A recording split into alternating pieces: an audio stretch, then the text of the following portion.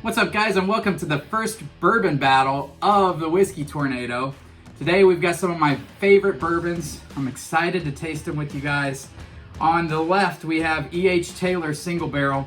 I know this is a little bit harder to find. It's about a $70 to $80 bottle, 11-year-old bourbon from Buffalo Trace. Next to that we've got 1792 Bottled and Bond. Again, another bourbon I just absolutely love. Kind of hard to find. I only see maybe 3 a year in the stores, and whenever I see them, I go ahead and buy them. Next to that, I've got Rebel Yell 10-year single barrel. Interesting thing about this is on mine, it says aged since 2006. So I guess it could be a 13-year. I'm not really sure. Again, one of my favorite bottles, but it is a weeder. But it's at 50%, so I thought I would test it against two of my other favorites, 1792 and the E.H. Taylor Single Barrel. And then lastly, for fun, I thought I would throw in a Very Old Barton Bottled and Bond. This is the actual Bottled and Bond. I've had this bunkered for a little while. I've never actually tried Very Old Barton, so I'm interested to see where this stacks up, where it falls in the lineup. Obviously 50% as well, since it's Bottled and Bond. I've seen some rumors, people wonder if this is just the 1792 in less fancy packaging. This is a $14 bottle, so I'm really interested to see where Very Old Barton stacks up against these. On the bottom of these glasses I have notes, and it's A, B, C, D. A is E.H. Taylor Single Barrel, B is 1792 Bottled and Bond, C is Rebel Yell 10-year, and then D is the Very Old Barton. E.H. Taylor, I'm gonna keep mixing these up, because just so you guys know, I don't know where any of these are. We'll try not to spill anything. You may believe me, you may not. Whatever. You guys are just gonna have to trust me. I have no idea what these are. The E.H. Taylor, I might have said Elijah Craig, I'm not sure earlier, but the E.H. Taylor is, I think, 11-year. Bottled and Bond 1792 is 4 to 5, I think. Again, Rebel Yell, I think it says 10-year on the bottle, but I think it's a 13. And then I'm not really sure about the Very Old Barton. Now the Very Old Barton bottles have crafted on them and not Bottled and Bond right here, because I think they ran out of the Bottled and Bond. So let's get into number 1 here. Good nose. All these are gonna have, well, at least these 3 should have fantastic nose, should taste really well. Kind of splitting hairs on these. That smells really sweet and very caramel heavy.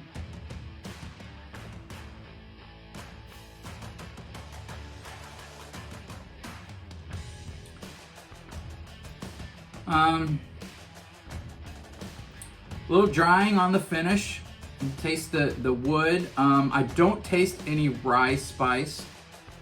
It's I taste the caramel and vanilla specifically.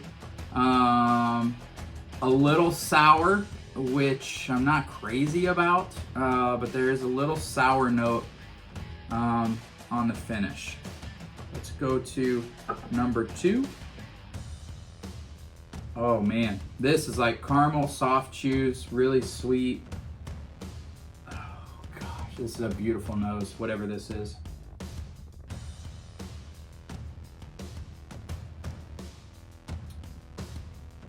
Oh, that is so well balanced. Sweet caramel, sweet oak, not like a stringent oak. Really good mouth feel. Oh man, whatever 2 is a beautiful whiskey. That was delicious. Let's go to number 3.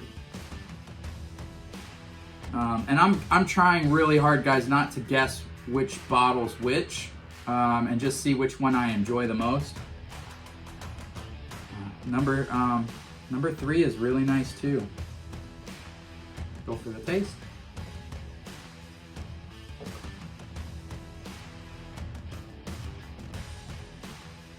Ooh. Number 3 isn't crazy complex. There's caramel, there's vanilla. I don't get like a lot of rye spice, but it is, again, really well balanced and a really easy drinker. Like, if you're gonna have a daily drinker, number 3 is it. Depending on the price, I'm not sure. I think I went over prices on these, but price, E.H. Taylor, 70 to 80. Bottled and Bond, 40 to 45. These are what I bought them for. Any bottle I review on this channel, I bought at MSRP, I found on a shelf. Rebel 10-year, 60, I believe. And actually, this one was a gift from a friend, but I've bought this same bottle. I found it on the shelf for, I think, 60 bucks. And then this one is the $14 bottle. So let's move on to D.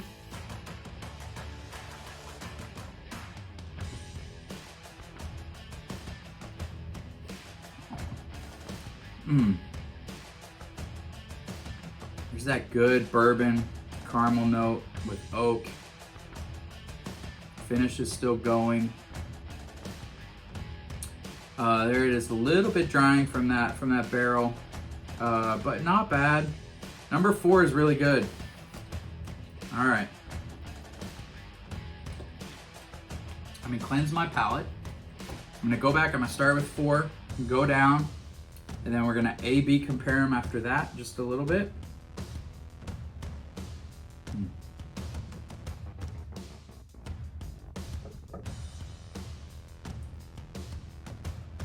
After the water, wasn't crazy about number 4, but we're gonna A/B compare those. When I drink bourbon directly after water, there is definitely a change in my palate that I don't like. So it's kind of unfair for me sometimes when I taste a bourbon directly after I have water.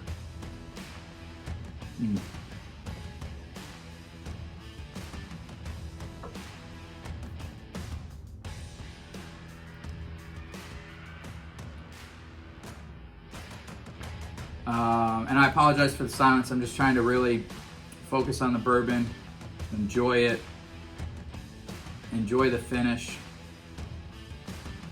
Go to number 2.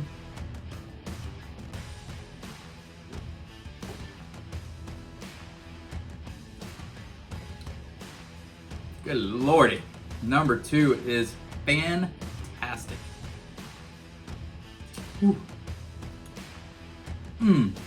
Man. Whatever 2 is, it is delicious.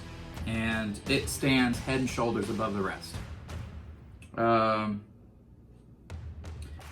Yeah, sorry about the silence. I'm really trying to focus on these flavors and think about them. And that's one of the hard things about running a review show with only one person. It's like a little dead silence and you can't really feel that dead air.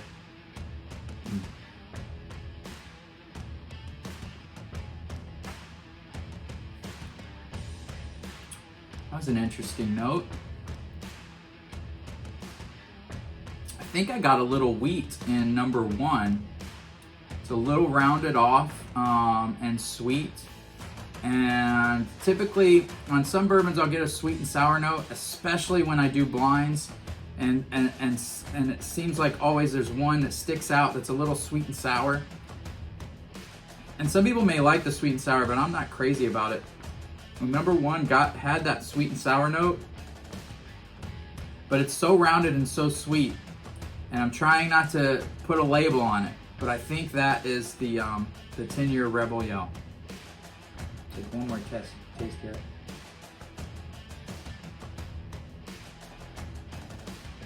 It's good though, man. It's good. I have to work my way back through these. I'm gonna taste number 4 since that got the raw deal because it was right after water.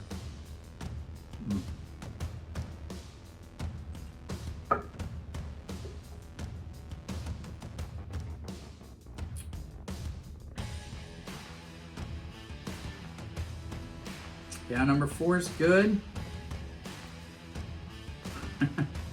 These blinds are always crazy, guys. Let's go to 1, or 2, I'm sorry.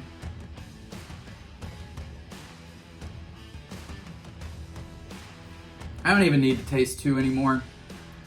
2 is hands down the favorite of this group, whatever 2 is. It's delicious. There's oak, there's caramel, but it's sweet oak and it's balanced. There's cherry cola, and the cherry cola is such a nice touch to it. It really rounds it out. It's very well balanced. And I'm just gonna tell you guys, I think that number 2 is the E.H. Taylor Single Barrel because I get cherry cola in Buffalo Trace products, and I absolutely love that note. I really think that's what that is. Let me go to 3 here.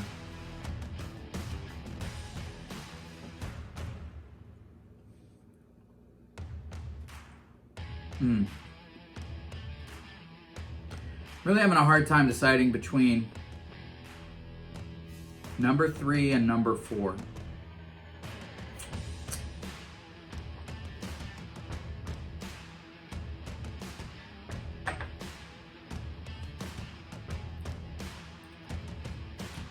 I think number 1 is going to be my last place. And if it's the Rebel Yell, I think it's a little unfair that I put this in this lineup because Rebel Yell is a wheater.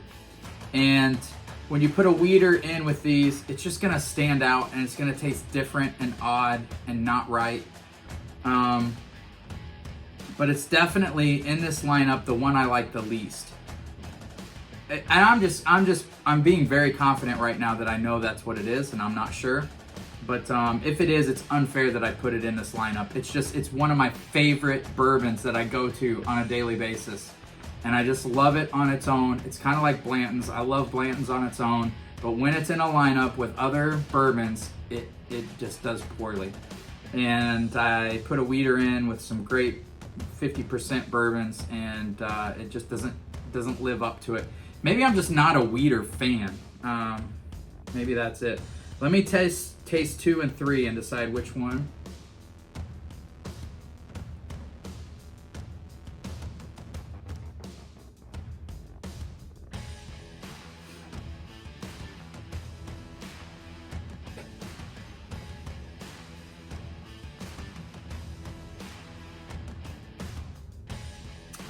That's tough. 3 and 4 are really tough to pick between. I got 2 in the number 1 spot, 1 in the last spot. The finish on number 4 is still going.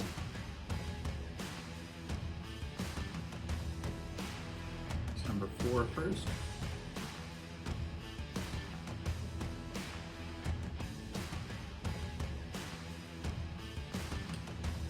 Number 4 tastes a little spiky to me. Almost like it's young.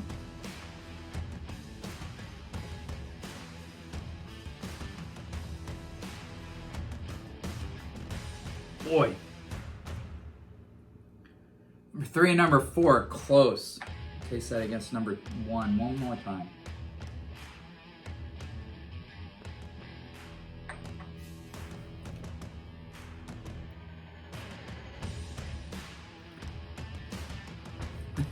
This is so hard, guys.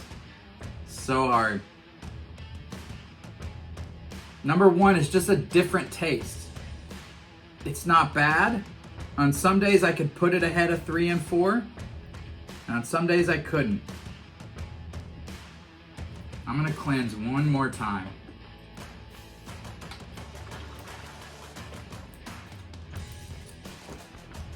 All right, let me reset here. A good thing to reset is to smell your hand or your arm. Brings you back to 0. I'm almost out of bourbon.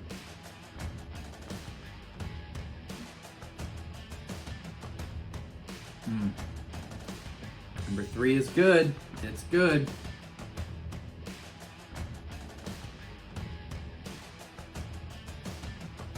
I'm putting. Taste one more time here.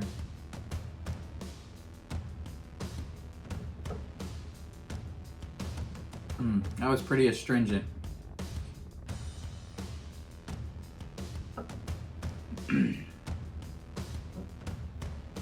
Now let me taste that against.